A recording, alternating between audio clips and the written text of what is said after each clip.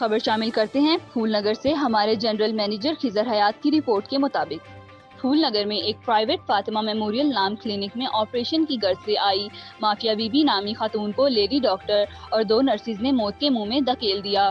Operation کے دوران مریضہ کی انتڑیاں اور نسیں کاٹ ڈالی۔ اب مریضہ لاہور کے جناح ہسپتال میں زندگی اور موت کی کشمکش میں ہے۔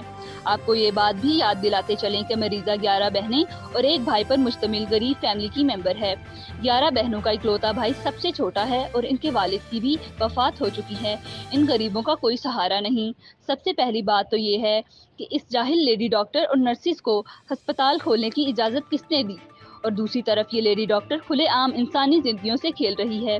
اس سے پہلے بھی اس طرح کے کئی کیس اس ہاسپٹل میں ہو چکے ہیں اور یہ لیڈی ڈاکٹر اپنے سیاسی اثر حسوب سے معاملہ رفع دفع کروا لیتی ہے۔ ہماری سی ای او ہیلتھ ضلع قصور سے گزارش ہے کہ اس کلینک کو فوری سیل کیا جائے اور اس معاملے کا فوری نوٹس لیا جائے اور اس آپریشن میں کوتاہی برتنے پر لیڈی ڈاکٹر اور دونوں نرسز کو حوالہ پولیس کیا جائے تاکہ یہ لیڈی ڈاکٹر اور نرسز کسی اور معصوم کی جان سے نہ کھیل سکیں اور ہمیں انصاف فراہم کیا جائے۔